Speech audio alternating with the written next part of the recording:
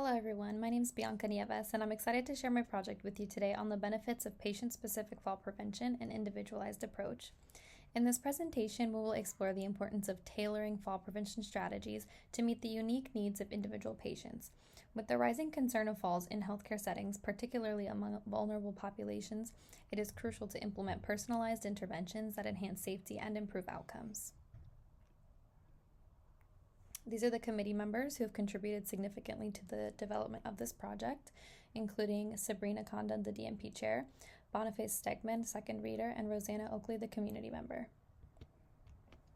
Starting off with a background for this project and its significance, and the problem that sparked this study's implementation is patient falls in the hospital. So why is this a problem? Well, patient falls in the hospital pose a significant threat to patient safety, leading to negative physical, psychological, and financial impacts. In 2023, a medical surgical unit recorded alarming high fall rates with up to 9 patient falls per month, which raised concern regarding patient safety and care quality. For the specific aims of this project, they include to enhance education and engagement of all stakeholders in fall prevention strategies. 2 is to implement a bedside poster which features individualized fall prevention plans. 3, to support clinical decision-making at the bedside to improve overall safety, with an overall goal to achieve a significant reduction in patient fall rates in the acute care setting of a medical surgical unit through innovation and personalized interventions. So what is the intervention? It included the use of a bedside poster for patient-specific fall prevention, or PSFP, that integrates a comprehensive fall risk assessment with tailored intervention strategies. So this approach focuses on individual patient needs rather than solely relying on universal fall prevention measures. And the PICO question for this project asks, in adult patients in acute care, how does patient-specific fall prevention compared to universal practices affect fall rates over 8 weeks? During the literature search, the databases CINAHL, Cochrane, EBSCOS, and PubMed were consulted. To ensure the relevance and quality of the literature, parameters were set to include studies that were published between 2016 and 2023. And they were focused on full-text, peer-reviewed articles. The efforts yielded a total of 10 significant publications that addressed our PICO question and explored 3 key themes, those being the impact of falls in hospitals, the individualization of fall prevention strategies, and improved patient outcomes related to fall reduction. The first theme identified is the impact of falls in hospitals. Research indicates that hospital patient falls are among the most frequently reported incidents that can be prevented. These falls create significant physical, emotional, and financial strain on patients, their families, and the healthcare system. This resulted in a total of $55 billion spent on fall-related costs in the U.S. in 2020. The second theme emphasizes the need for individualization of fall prevention. So implementing tailored prevention plans that consider the specific needs of each patient is crucial for effective fall reduction. And studies have shown that while hospitals often rely on standard or quote-unquote universal fall risk assessments, many miss the opportunity to address unique risk factors for each individual patient. Lastly, the literature review suggests that effective fall prevention strategies can result in improved patient outcomes. By engaging patients and implementing tailored strategies, healthcare facilities can actually reduce fall rates and injuries while enhancing overall quality of care. Delving into the literature critique, this slide examines the literature's strengths, weaknesses, gaps, and limitations. So starting off with the strengths, the body of literature on fall prevention is quite extensive, with a significant number of studies that contribute valuable insights to this important topic. The breadth of research provides a diverse range of perspectives and approaches to fall prevention strategies. Many studies have included large sample sizes, some involving thousands of participants, which enhances the generalizability of these findings. Additionally, several studies utilize longitudinal designs, which allows researchers to assess the long-term effects of fall prevention interventions, providing a more comprehensive understanding of their impact. However, there are some notable weaknesses within the literature as well. For example, a significant number of studies lack randomization, which, as you all know, is a crucial element for establishing causal relationships. Without randomization, the ability to generalize findings may be compromised. Additionally, many studies were conducted at a single institution or on a single unit, which limits the scope of their applicability. This limitation means that the results may not be representative of broader hospital settings. Some studies also relied on convenience sampling, which can further impact the external validity of the findings. When we examine the gaps in the literature, it becomes clear that although patient falls are a critical issue, they continue to occur at unacceptably high rates in hospitals. Many studies suggest that while certain interventions may show effectiveness in reducing falls, these results can vary significantly across different hospital units and patient populations.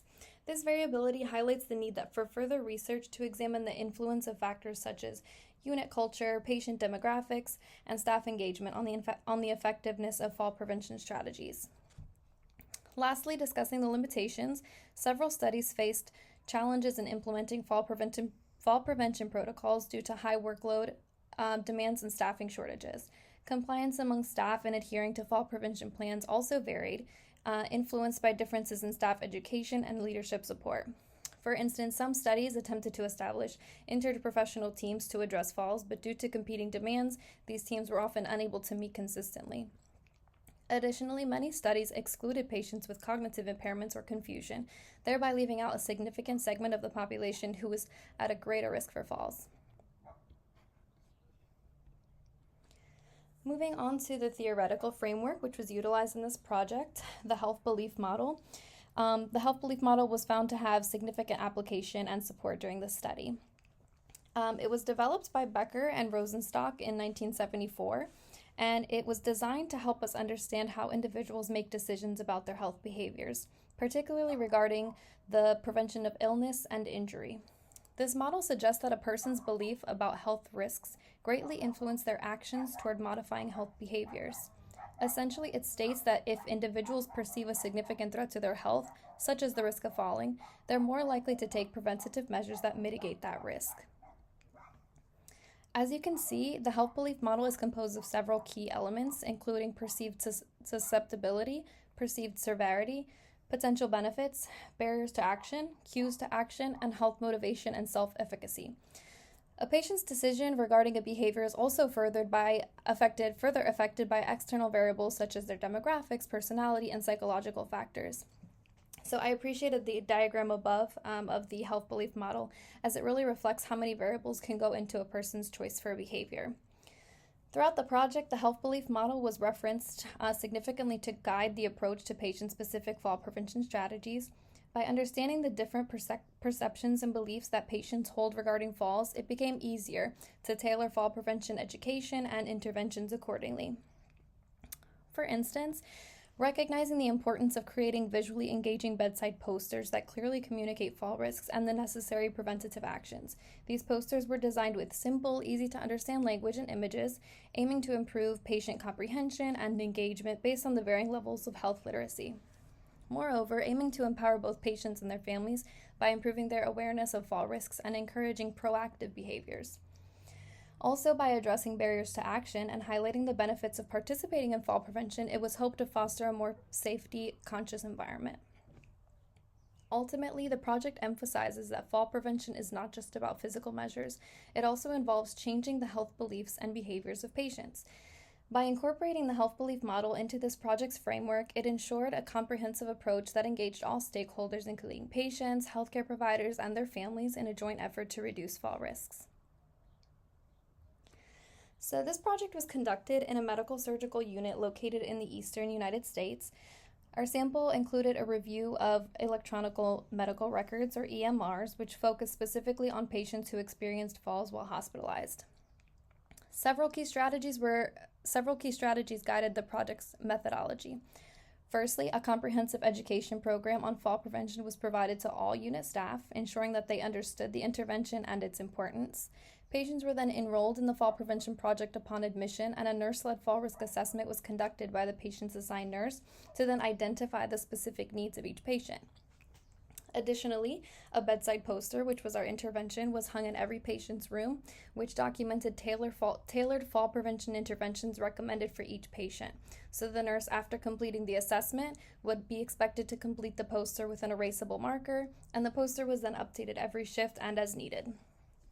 In order to measure compliance with filling out the posters, an auditing tool was created So that's, you can see the QR code on the bottom left. It was created and it was hung in multiple places throughout the unit. And then 4 random staff members were selected each shift from day shift and night shift by the charge nurse to then scan the QR code and audit a random room for the compliance and completion of the patient-specific fall prevention poster. In addition, staff were reminded to fill out the posters and complete their audits during shift change and huddles, and charge nurses were tasked with discussing unit fall data, such as how many patients have fallen for each month during huddles to enhance staff engagement with the fall data.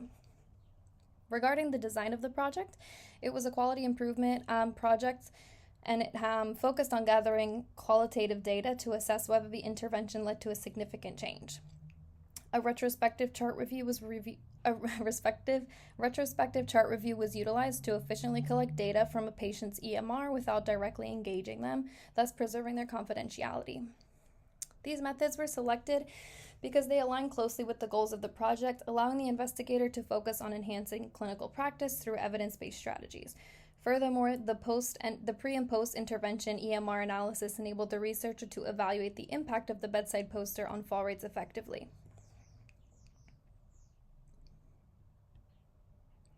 So this slide shows the laminated poster, which was created for this project and implemented as part of the patient-specific fall prevention initiative. As you can see, the poster was designed with practicality and patient safety in mind. The poster does include designated spaces for the patient's name and date that it was last updated, and this feature helps to maintain accurate documentation, ensuring that all team members are informed about the current status of the fall prevention measures.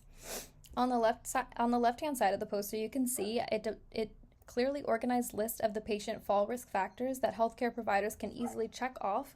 This section allows staff to quickly identify the unique risk factors for each patient, ensuring that the specific vulnerabilities are acknowledged. And then on the right-hand side of the poster, we have listed the fall prevention interventions that are coordinated to correspond with the risk factors identified. Nurses would then circle the relevant interventions for each patient's needs. To enhance usability, the poster was color-coded and each risk factor paired with its corresponding intervention through the color system to make it easier for staff to visualize which strategies should be implemented based on the patient's assessed risks. The laminated poster proved to be particularly beneficial for confused and impulsive patients who may have attempted to get out of bed without assistance. Its clear and accessible design allowed any staff member, even those who were not directly assigned to the patient, to quickly recognize signs of confusion, prompting immediate implementation of the appropriate safety precautions. Another essential part of the poster was the section detailing the patient's mobility level.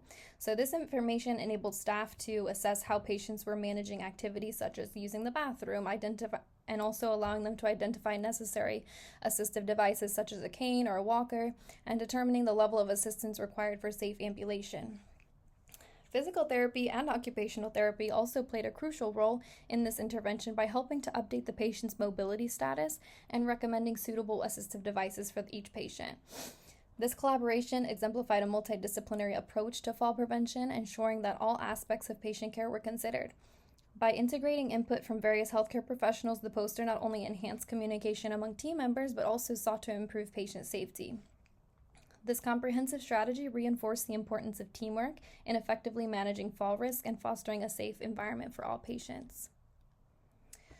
As discussed, the study focused on patients admitted to a medical surgical unit from June of 2023 to June of 2024.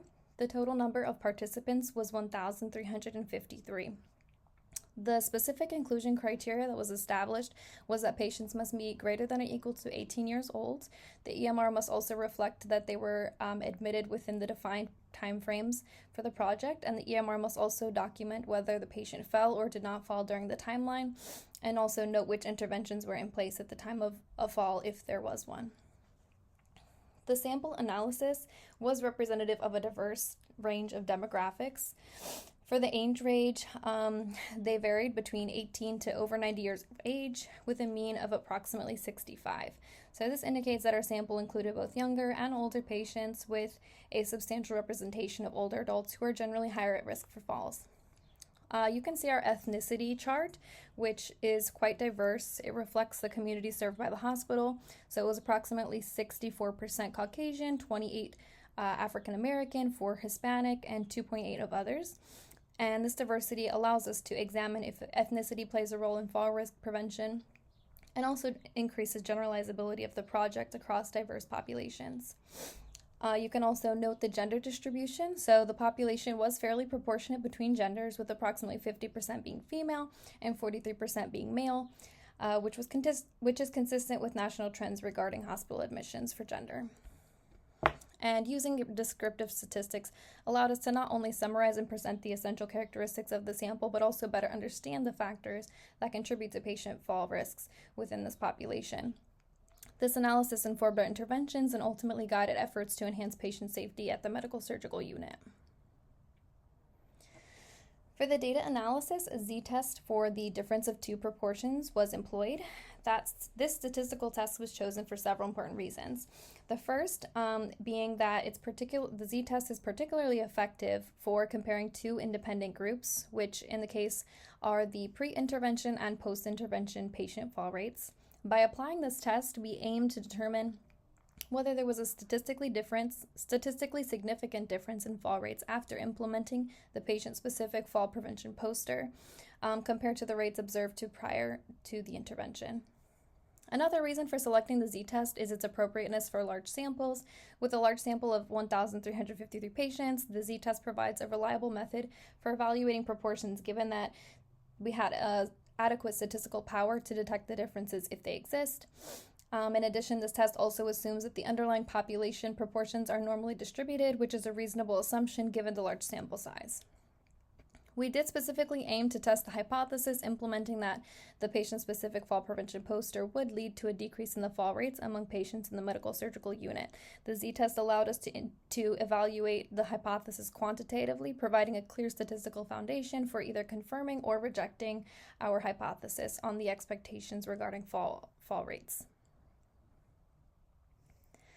So after analyzing the fall rates in both the pre- and intervention groups, it was noted that the pre-intervention group, which consisted of 724 patients, during which 35 falls were recorded.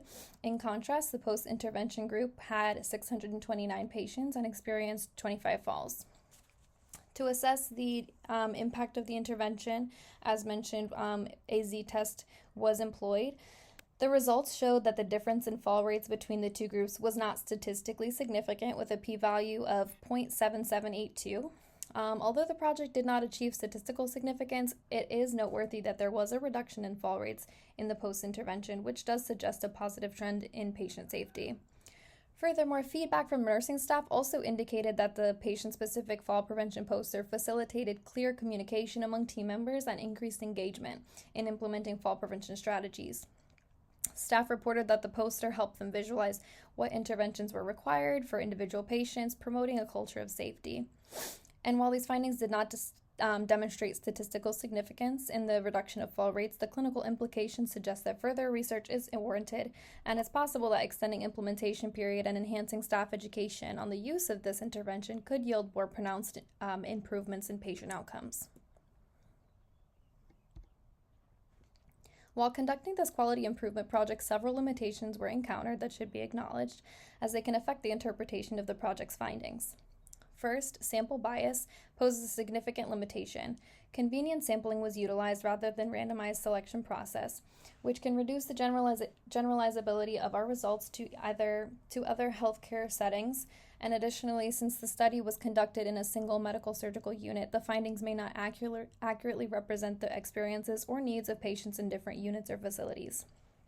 Secondly, we faced time constraints during the intervention. The limited implementation period of only 8 weeks restricted the ability to assess long-term outcomes or draw causal relationships. The busy schedules of nursing staff might have also impacted their adherence to the fall prevention protocol during this time, which could potentially affect the results as well. Moreover, the scope of this project was restricted as it solely focused on one unit within one hospital. So the lack of the diversity in the sample population can also limit the applicability of the findings to other settings, particularly those with different patient demographics or staffing protocols.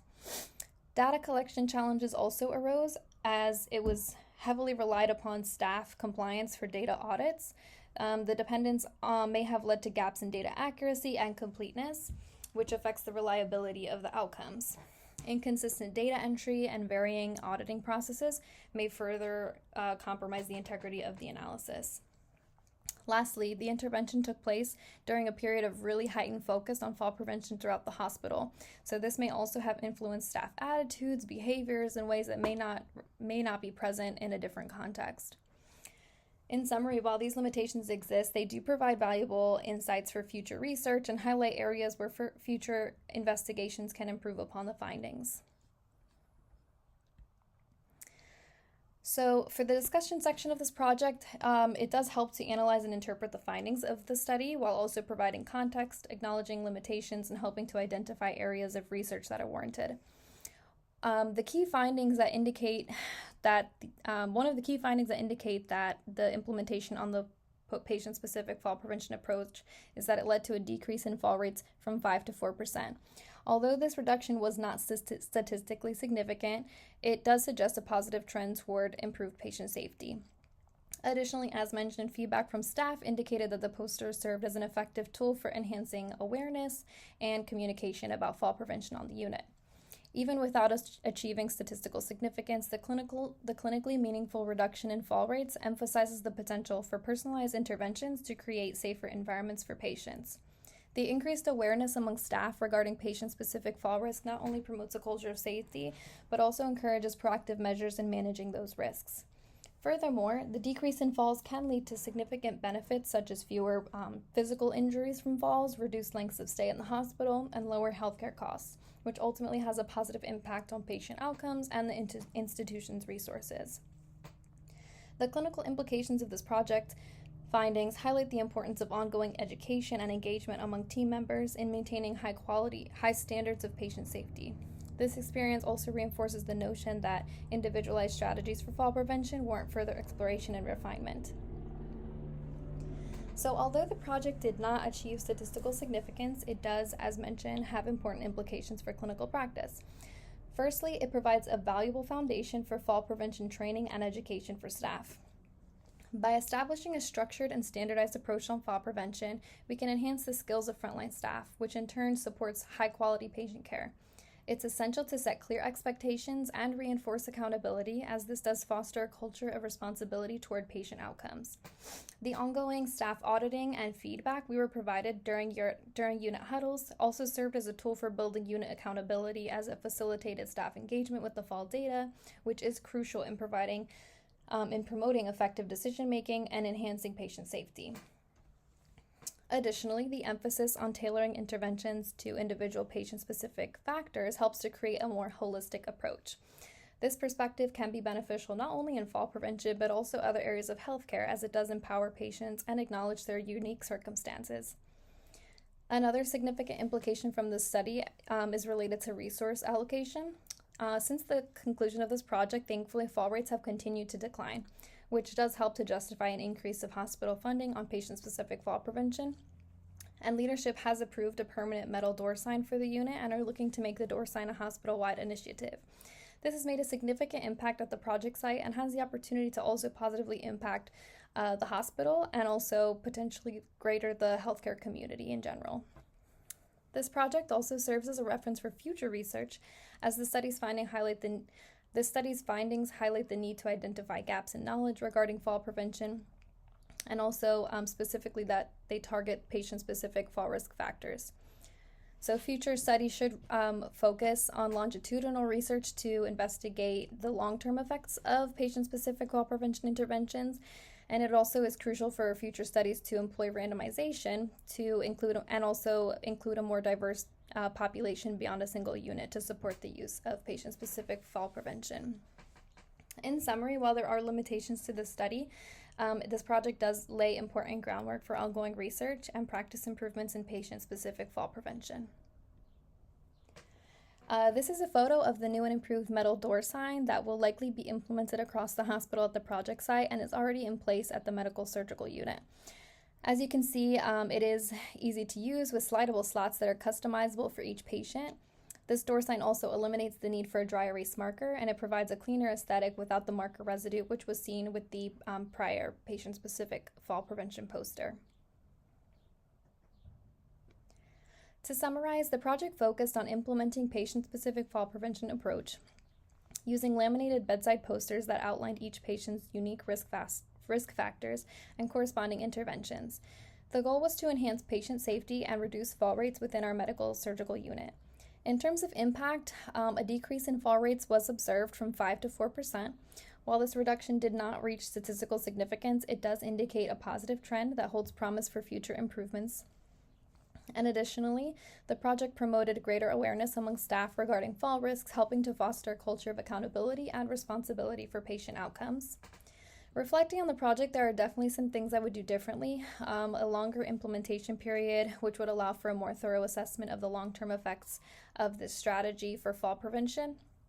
Additionally, utilizing a randomized sampling approach across multiple units would enhance the generalizability of the findings. Also, engaging more interdisciplinary collaboration earlier on in the project would have been able to provide more comprehensive input and support for the project. Looking back, the DNP program has had a significant personal impact on my professional development as well. It has enhanced my clinical knowledge, honed on my leadership skills, and deepened my understanding of evidence-based practice. I've also come to appreciate the critical role of interdisciplinary collaboration, and this journey has also strengthened my commitment to improving healthcare outcomes while also equipping me with the tools to advocate effectively for patient safety and quality. These are my references. And thank you so much for your attention. Please reach out with any questions regarding this project, and I hope you have a great rest of your day.